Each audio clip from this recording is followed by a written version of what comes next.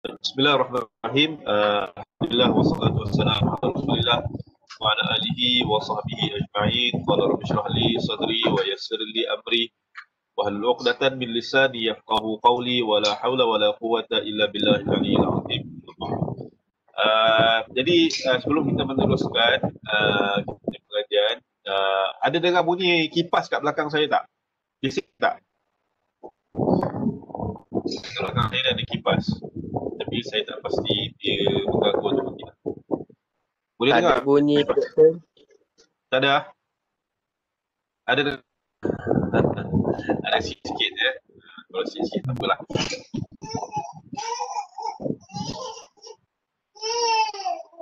Okey, baik. Alhamdulillah. Jadi saya perkenalkan diri saya dulu. Jadi saya Muhammad Amir bin Harun.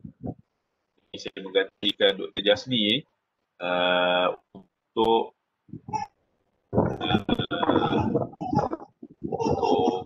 menghabiskan silibus ataupun topik di dalam HIS 213 kan.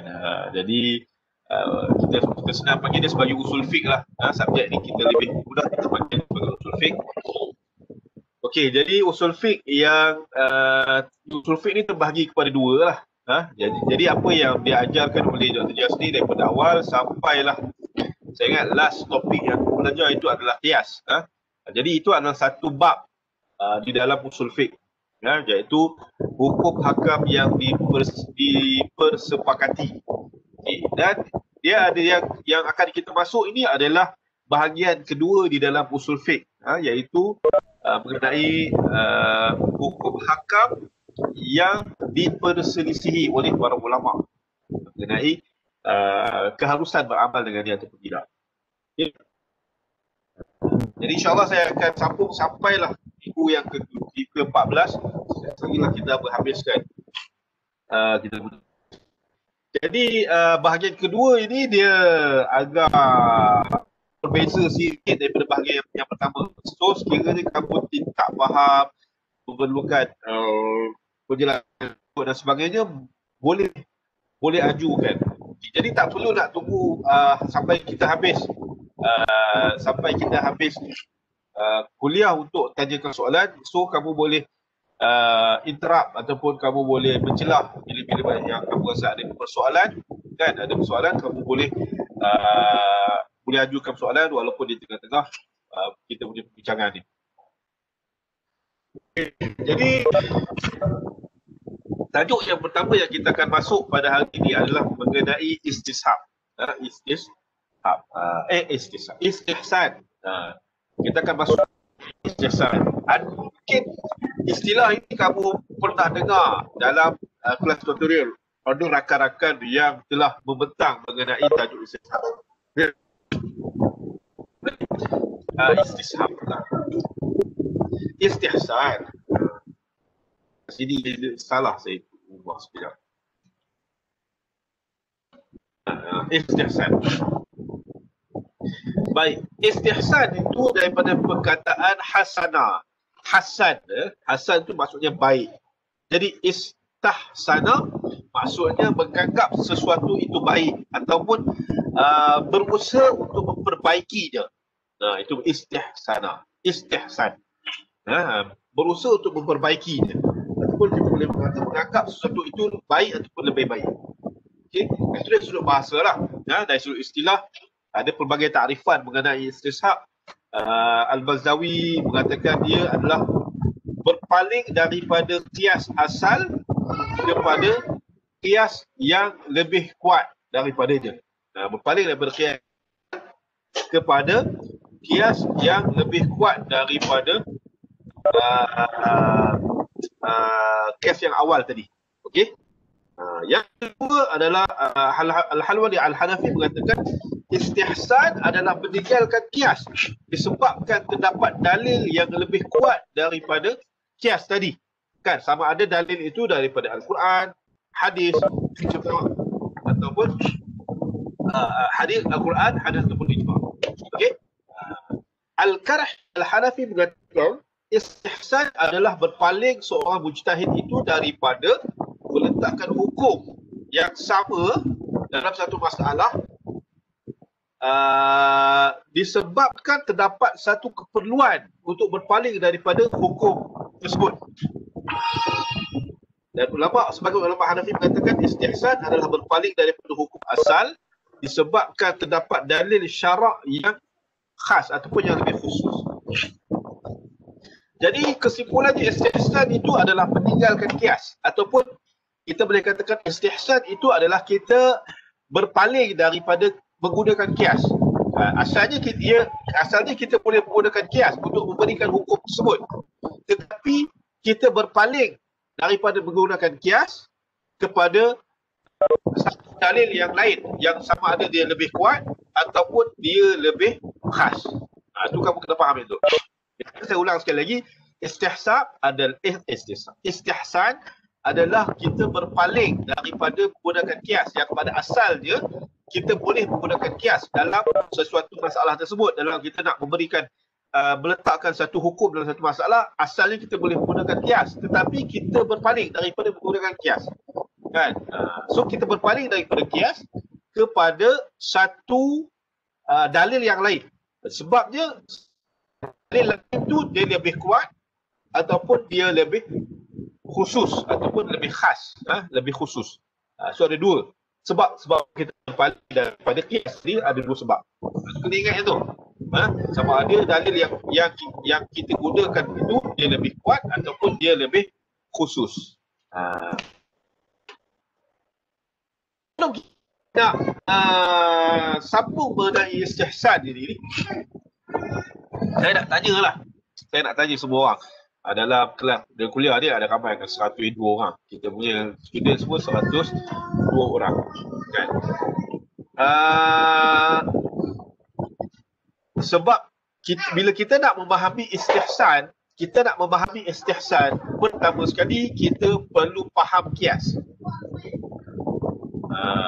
Untuk faham istihsan, kita kena faham kias. Kalau tak faham kias, maka kamu tak akan faham istihsan. Sebab kita nak berpaling daripada kias. Tapi kalau kias tu kamu tak faham, jadi kamu nak paling daripada apa yang kamu tak faham. Jadi dua-dua jadi tak faham. Saya nak tanya lah, berdasarkan apa yang telah kamu pelajari daripada kuliah, daripada pembentangan rakan-rakan, daripada rujukan-rujukan yang lain, berapa peratus kamu faham mengenai kias? Kat chat ni, majoritinya faham berapa peratus? Kalau kita boleh anggap 100%, kan? Daripada berapa peratus daripada 100% yang kamu faham mengenai kias? Tolong respon dalam ruangan chat, berapa peratus yang kamu faham mengenai kias? 20%. Lagi respon lagi. 60% mungkin. 50%.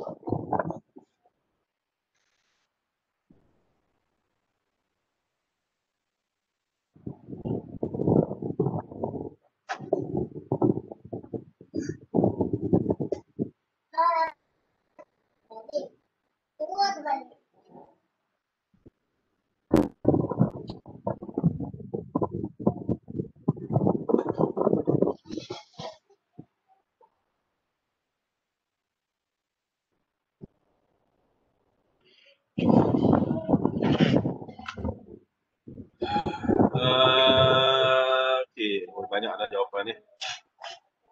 40, 60, 50, 50, 55, 60, 50, 55. Majoritinya 50 lah, 50-55. Separuh faham. So bila kamu faham separuh kias, maka istihsan kamu akan faham 25% dia daripada separuh. Kan? Sebab nak faham istihsan ni kena faham kias dulu. Jadi kias kamu faham daripada 55%. Okey. Kias kalau kita sebut dalam bahasa Melayu lah, kias maksudnya apa? Kias kita kiaskan dengan benda yang lain. kita mengkiaskan sesuatu dengan sesuatu. Maksudnya apa? Kias tu, kita menyamakan sesuatu dengan sesuatu. Kita menyamakan sesuatu dengan sesuatu, itu maksudnya kias. Kan?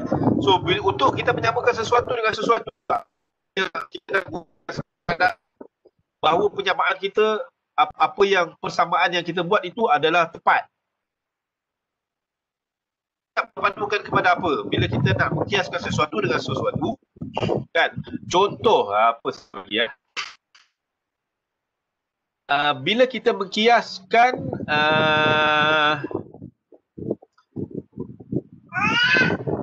contoh saya mengatakan kita nak mengkiaskan kambing dengan lembu.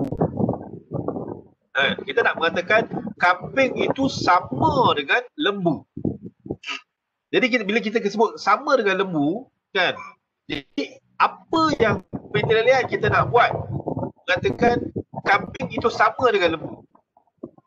So kita kena cari dia punya persamaan. Sifat lah, kan? Okay. Apa sifat kambing dan lembu yang sama? Cuba tulis dekat ni. Kalau kita nak mengkiaskan kambing dengan lembu, apa sifat dia yang sama? Kan? Ada 4 kaki. Lagi halal dimakan. Makan rumput. Dia boleh dipelihara, diternak. Kan? Binatang ternakkan. Boleh disembelih.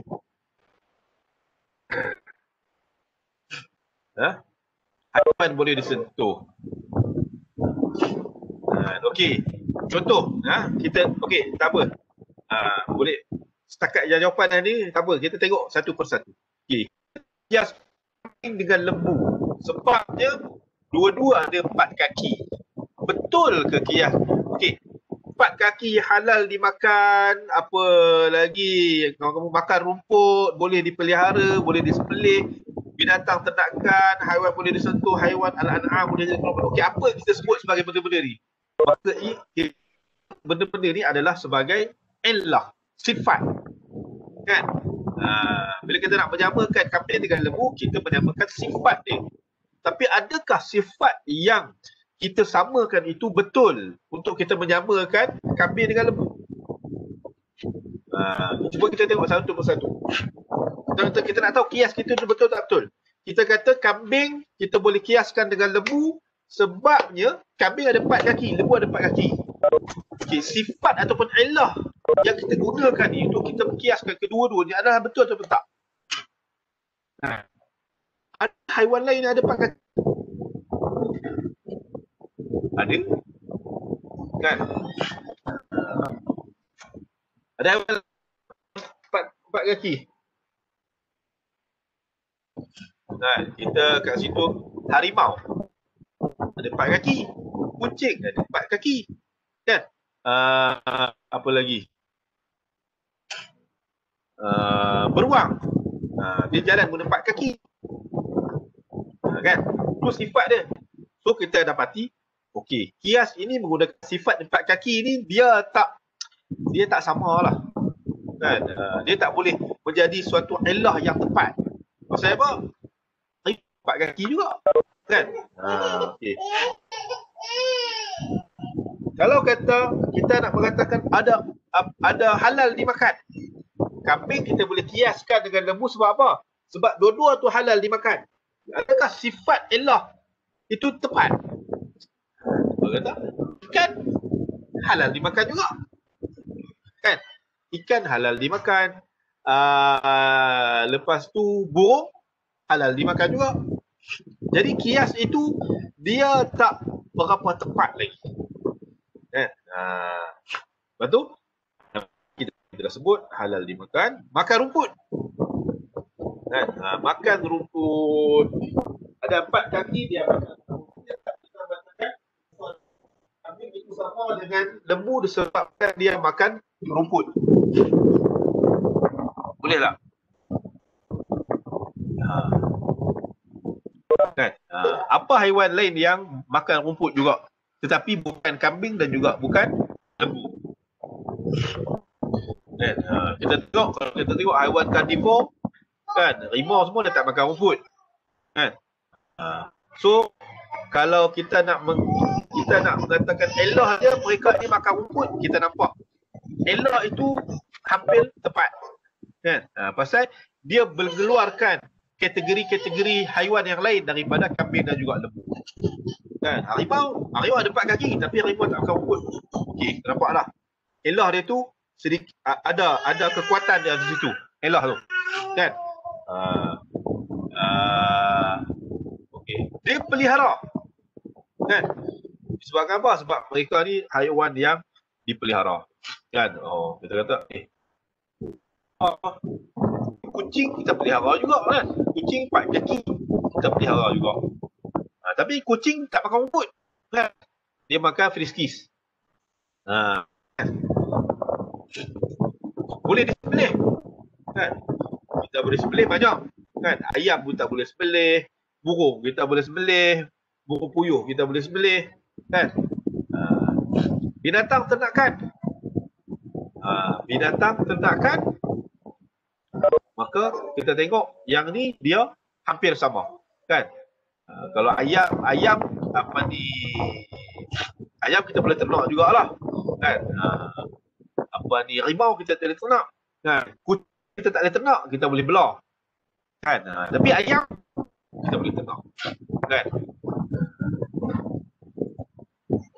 Haiwan boleh disentuh ni banyaklah. Selalu elah ni tak ternak. Kan? Al-an'am. Jadi daripada banyak elah yang kamu berikan ini, kita kata kambing itu sama dengan lembu sebab elah dia makan rumput. Pada banyak elah tadi, ada satu elah yang paling kuat. Kita nak menjamakan kambing dengan lembu tadi. Apa? Dua-dua tu kan rumput. Kan? Yang mana haiwan ni dia tak makan. Kan? So kita tahu. Itu maksudnya elah, itu maksudnya qiyas. Maksudnya kita nak menyamakan sesuatu dengan sesuatu. Jadi pencamaan itu kita menggunakan satu sifat. Kita jadikan sifat itu sebagai elah dia dalam persamaan tersebut. Okey. Cuma dalam masalah qiyas ini, sesuatu yang kita nak samakan itu, kan, adalah perkara yang baru. Perkara yang baru dengan perkara yang sebelumnya. Perkara baru tu tak ada hukum. Dan perkara yang baru tu tak ada hukum. Jadi kita nak cari hukum dia. Kan, pasal benda tu baru kan. Jadi tak ada hukum lah. Jadi kita nak cari Al-Quran tak ada, cari dalam hadis tak ada, ijma' ulama tak ada. So kita gunakan qiyas lah sebagai hukum dia. Kan? Jadi apakah perkara yang paling hampir yang kita boleh kiaskan sesuatu masalah baru ini dengan masalah lama yang ada hukum dia.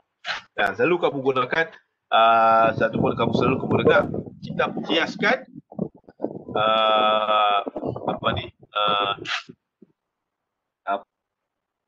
Agak kiaskan apa?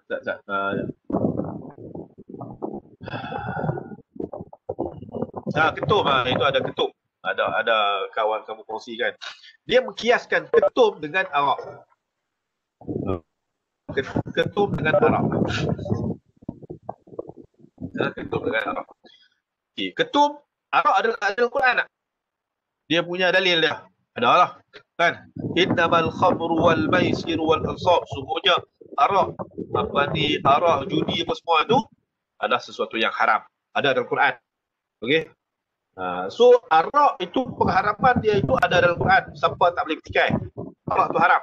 Kan? Itu ada dalam Quran tak? Tak ditutup dalam Quran.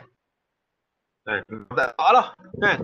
Masa zaman Nabi, masa Al-Quran tu turun, ketum tu memang tak ada lagi, tak wujud lagi masa tu. Kan? Orang pun tak minum ketum lagi masa tu. Kan? Hadis ada tak? Hadis mengatakan ketum tu haram. Tak ada juga. Kan? Masa zaman Nabi pun orang tak makan ketum lagi. Kan? Jadi bila ketum ni tak ada dalil, so kita nak letak hukum apa makan ketum ni? Kita letak hukum apa makan ketum ni, apa hukum dia? Kan? Jadi bila tak ada tak ada dalil daripada Quran dan tak ada hadis daripada tak ada dalil daripada Quran dan hadis, maka kita menggunakan satu kaedah disebut sebagai qiyas. Kita nak cari hukum yang hampir-hampir sama sifat dia dengan ketum tadi, supaya kita boleh meletakkan hukum yang sama pada ketum berdasarkan hukum lain sama kan. Kalau kata arak tu haram, kita nak letakkan ketum tu haram. Sebab apa? Sebab kita kiaskan ketum tu dengan arak. Kita nak menggunakan dalil pada arak tadi ke atas ketum. So kita nak menjamakan itu, kita kena melihat kepada illah dia, kepada sifat dia kan. Jadi arak itu diharamkan apa sifat dia? Dia menghilangkan akal. Dia arak tu dia apa ni, Allahumma salli ala Muhammad. Diharamkan arak tu sebabnya dia menghilangkan akal, bukan sebab mabuk. Orang mabuk laut. Mabuk laut pun ada mabuk juga, tapi haram tak pilot? Tak haram. Kalau haram pilot habis semua apa tak makan ikan. Jadi mabuk itu bukan illah kepada pengharaman arak. Illah ataupun sifat yang menyebabkan arak itu haram adalah menghilangkan kewarasan akal. Pasal akal tak boleh nak berfungsi dengan elok. Sebab tu arak itu haram. Jadi kita dah tahu dah sifat dia itu. Kan? Pasal apa? Pasal kalau nak kata arak tu haram sebabkan warna dia. Pasal apa arak ni haram? Pasal warna dia merah. Kan wine kan, wine merah, wine anggur. Pasal apa arak tu haram? Pasal warna dia merah. Maka semua ayat sirap semua haram. Itu sifat. Kan? Kalau kita nak kata arak tu haram sebabkan dia diperak, sebabkan dia tu diperam, maka semua kalau kita nak menggunakan sifat dia yang diperam itu sebagai illah, maka semua jeruk madu hak Pak Ali semua tak boleh makan. Pasal apa? Yang tu semua peram. Kan? Tapai tak boleh makan pasal peram. Jadi kita lihat sifat illah dibandingkan pada peraman itu tak sesuai kita gunakan.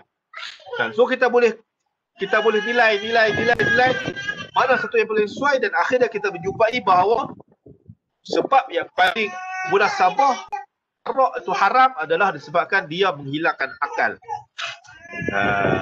Okey. Tunggu Ustaz. Bising pula dah. Tunggu Ustaz.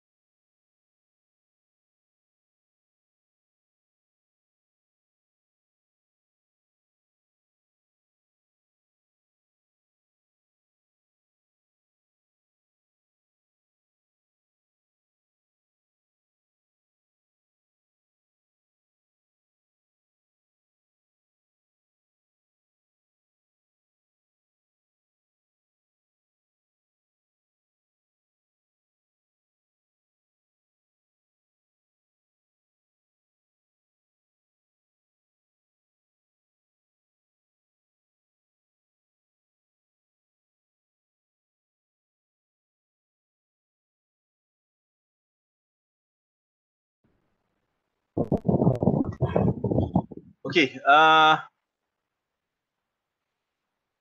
kalau ada soalan daripada kamu. Kalau disabitkan dengan hadis, setiap perkara yang memabukkan itu haram. Okey, bahawa haramun. Maksudnya apa? Kan? Mabuk itu sendiri adalah sebagai suatu sifat. Okey, pengharaman dia itu adalah disebabkan apa? Menghilangkan akal tadi. Jadi kita nak menilai sesuatu hilang akal tu bagaimana? Kita nak menilai sesuatu yang menghilangkan akal tu bagaimana? Maka kita melihat kepada mabuk tadi. kan?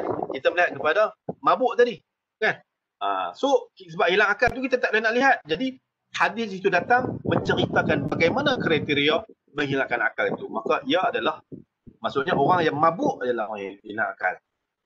Okey, so, sebab tu Nabi SAW beritahu kullu muskirin haram. Sesuatu yang memabukkan itu adalah haram. Kan? Sesuatu itu adalah haram. Sebab apa? Sebab kriteria hilang akal tu tak boleh kita nak imagine. Kan? So jadi hadis datang nak bagi tahu kepada kita tanda orang hilang akal tu apa? Dia mabuk. Kan? Tetapi sebabnya mabuk itu haram adalah disebabkan akal tu hilang. Bila orang tu hilang akal, dia mulalah menari, dia mula buat sesuatu yang di luar daripada batasan manusia. Okey? Boleh faham itu? Okey? So kita menilai kepada setiap satu ilah tadi, kita melihat mana satu ilah yang paling baik untuk kita gunakan sebagai ilah kepada hukum asal tadi. Kan? Kita dapatlah dia memabukkan, dia menghilangkan akal. So kita ambil menghilangkan akal tu, kita nilaikan kepada hukum yang baru, ketum tadi. Kita tengok ketum. Ketum ni, orang minum ketum, hilang akal tak? Siapa pernah minum ketum, cuba cerita sikit. Pokok ada pengalaman ke minum ketum untuk berubat ke apa kan? Ataupun siapa pernah tengok orang minum ketum. Dia tak biasa minum, tapi dia biasa tengok orang dia biasa minum ketum. Adakah orang minum ketum dia punya akal itu hilang seperti mana arak? Kan?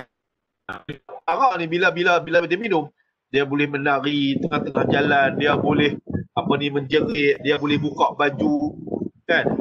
Dia jalan, kalau dia jalan tu kan, dia jalan tu kiri ke kanan, dia tak boleh jalan straight. Pasal apa?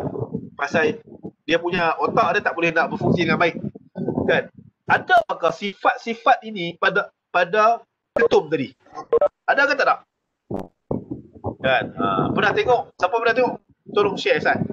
Ada sama ke tak? Orang yang minum ketum dengan orang yang minum arak.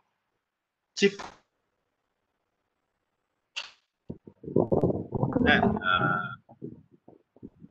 Setahu saya lah, saya tak pernah tengok secara directly orang yang minum ketum. Tapi yang saya dengar, saya baca berita ni, orang minum ketum, dia untuk tenaga. Kan? Satu untuk tenaga, satu lagi dia untuk menenangkan hati. Kan?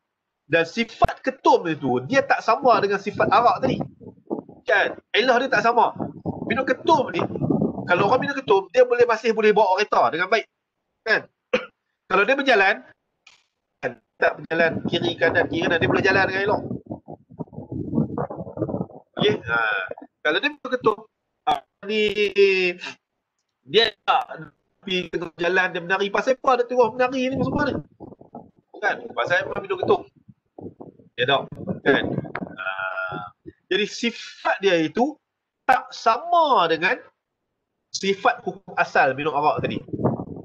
Dan apabila tak sama, maka kita beritahu bahawa ketum tidak boleh dikiaskan secara tepat dengan arak tadi. Pasal apa? Sifatnya itu tak sama. Jadi maksudnya, kalau kata hukuman kepada minum arak itu 80 kali sebatan, orang minum boleh kena 80 kali sebatan. Pasal apa? Elah dia tak sama. Sifat mabuk itu, sifat hilang akal itu tak sama. Okay? Dapat? Tapi orang yang, contoh macam orang yang kena ambil heroin ke, ambil ganja ke, kan? Kita tengok dalam berita, ada orang yang positif ganja, heroin dan semua ni, dia bawa kereta tu ikut lawan arah trafik. Kan orang ikut ni, dia tiba-tiba sampai seorang dia. Kan? Bawa kereta kiri kanan yang duduk langgar tiang lampu, yang duduk langgar orang ni semua sebabkan dadah. Kan? So kita tengok sifat dia itu, menghilangkan akal itu ada sama dengan arak tadi. Kan? Kalau minum arak dia tak boleh jalan straight. Kalau kena heroin, ganja apa ni pun tak boleh jalan straight. Kan? Jadi kita tengok persamaan sifat dia itu. Jadi bila sama sifat dia itu, maka kita boleh mengatakan bahawa sebagaimana minum arak itu hukumnya dosa besar, maka orang yang ambil heroin, ganja maka hukum dia juga dosa besar. Kalau orang yang dalam negara Islam, orang minum arak kena 80 kali, maka kalau ganja apa semua ni yang isap lah, bukan yang jual tu lain. Yang isap ganja hari ni dia punya hukuman pun 80 kali. Sebab apa? Sebab sifat dia itu sama. Kan? Kalau macam ketum tadi dia tak sama. Kan? Ataupun ada dadah jenis lain. Dadah jenis orang panggil apa ni, ais, ais ataupun sebut kalau tadi orang nak bawa bas selalu ambil itu pil kuda, kan? Selalu kamu dengar pemandu bas ditahan mengambil pil kuda, kan? Sebab apa dia ambil pil kuda? Pil kuda tu dah haram, tapi sifat dia tu tak sama macam mana sifat heroin apa semua tu. Kan ganja semua tak sama. Sifat pil kuda ni, kan, selalu orang bawa bawa bas dia ambil pasal apa? Dia nak bagi tak mau tidur. Kan? Kalau dia tak ambil pil kuda ni, dia hanya boleh bawa satu trip. Contoh daripada Penang pergi ke Johor, satu trip 8-10 jam, kan? 8-10 jam dah bawa kereta, memang penat, tak boleh nak buat apa lah, kan? Tapi kalau dia ambil pil kuda, dia boleh naik, dia boleh daripada Penang pergi ke Johor, patah balik pergi ke Penang, patah balik pergi ke Johor tanpa tidur. Kan? Pasal apa? Dia nak ambil pil kuda. Kan? Jadi kita tengok sifat dia tu tak sama. Yang ni dadah juga, kan? Tapi dia ambil tak menyebabkan akal dia hilang. Dia boleh bawa kereta elok, kan? Cuma dia punya kecerdasan dia tu meningkat, kan? So dia tak sama dengan arak. Kan?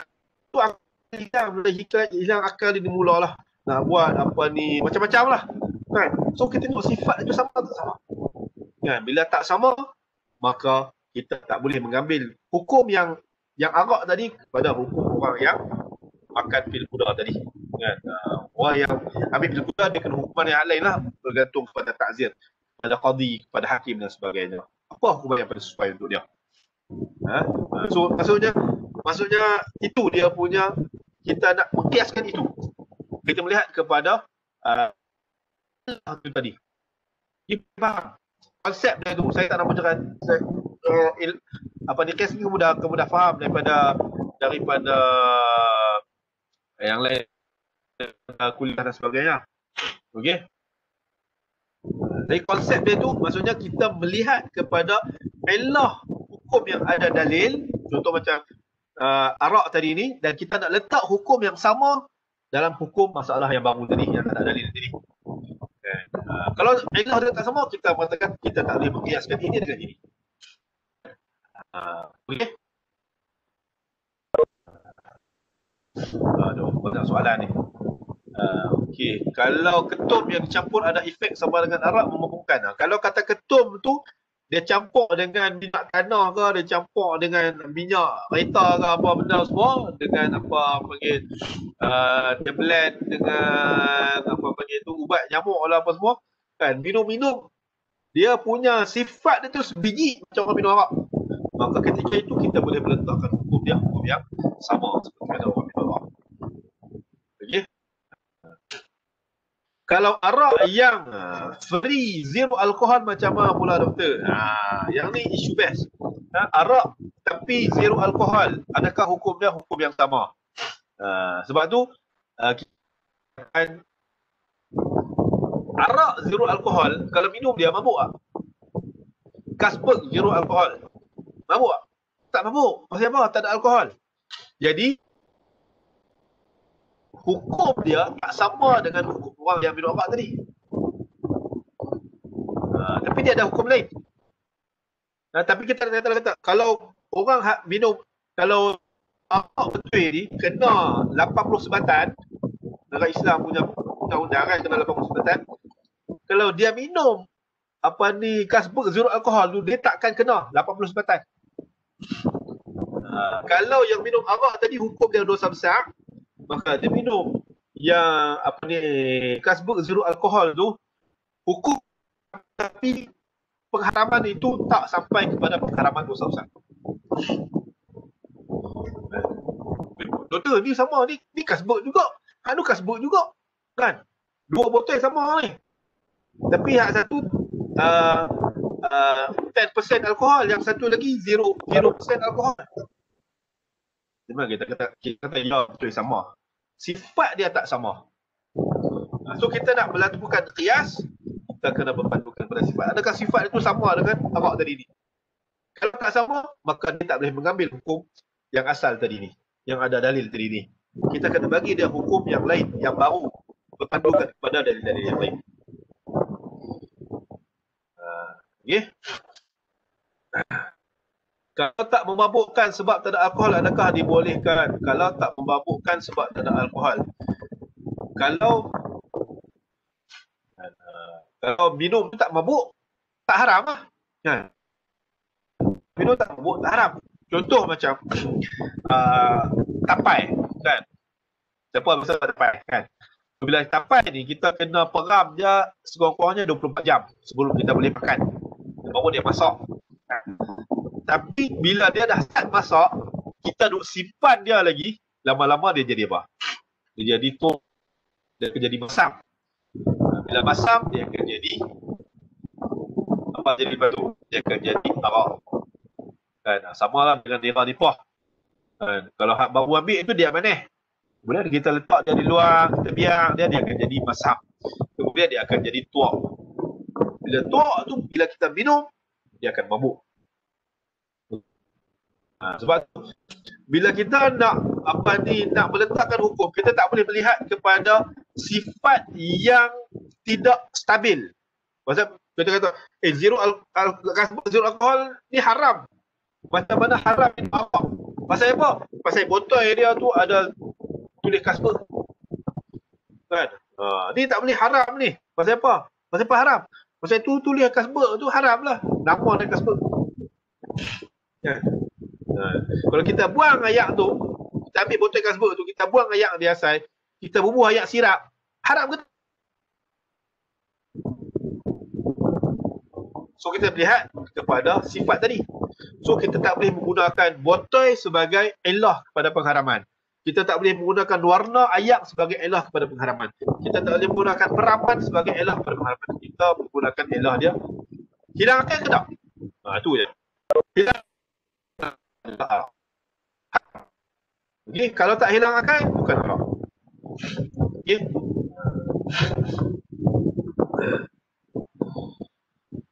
Ada minum ketum sama dengan dosa minum arak? Itu kena melihat. Adakah tahap dia tu sama? Kan? Kalau tahap dia tak sama, macam mana orang minum arak, maka dia dosa tu dosa. Dosa dia ada. Sebab dosa arak ni, dosa dia dosa besar. Min al-kabair. Di antara perkara yang mendatangkan dosa besar adalah minum. Kalau kata ketum tu dia minum, dia mencapai sifat yang sama orang yang minum arak, maka dia termasuk dalam dosa besar. Kalau sifat dia tak sama seperti mana arak, maka dia tidak termasuk dalam dosa besar, tapi dia termasuk dalam dosa-dosa yang lain. Pil kuda melawan kelakuan normal manusia. Okay. Pil kuda, masa dia makan pil kuda, kan, dia jadi normal, dia jadi okey, kan. Dia boleh bawa kereta, kan, dia boleh cakap dengan orang, dia boleh interaksi, kan, dia tak ada duk pi pi tengah jalan menari, tak pakai baju apa semua, tak ada. Bila dia tak kena, bila lepas pada tu, bila dia tak ambil pil kuda ni, dia akan mula panas baran, dia akan mula bertindak luar daripada kawalan. Itu adalah kesan yang berlaku selepas itu. Kesan yang berlaku selepas pada itu kalau dia tak ambil pil kuda itu tadi. Maka kita melihat, walaupun kita melihat dia punya jadi ganas ni orang main bil kuda ni, kalau dia tak kena dia jadi ganas. Dia tak boleh berfikiran dengan waras. So kita melihat daripada itu, maka kita kena memberikan satu hukum yang baru. Maksudnya apa? Dia tak boleh ambil hukum arak tadi. Dia kena ada hukum yang baru. Sebab kita nak letakkan hukum itu sama ada berdasarkan Quran, hadis dan yang lain. Ataupun kita nak mengkiaskan dia dengan kias yang lain. Kita tak boleh kiaskan dia dengan arak. Kita tak kiaskan dengan arak. Ialah dan sama.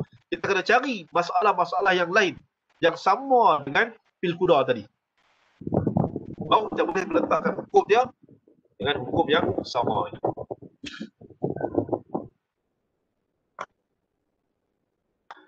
Kalau sebab alkohol, minyak wangi pun ada alkohol. Sebab tu kalau betul lah kan, dia haramnya itu bukan disebabkan alkohol. Haramnya itu disebabkan dia memabukkan dan dia menghilangkan akal. Sebab tu kita melihat, adakah pengharaman itu sebab apa? Warna tak boleh.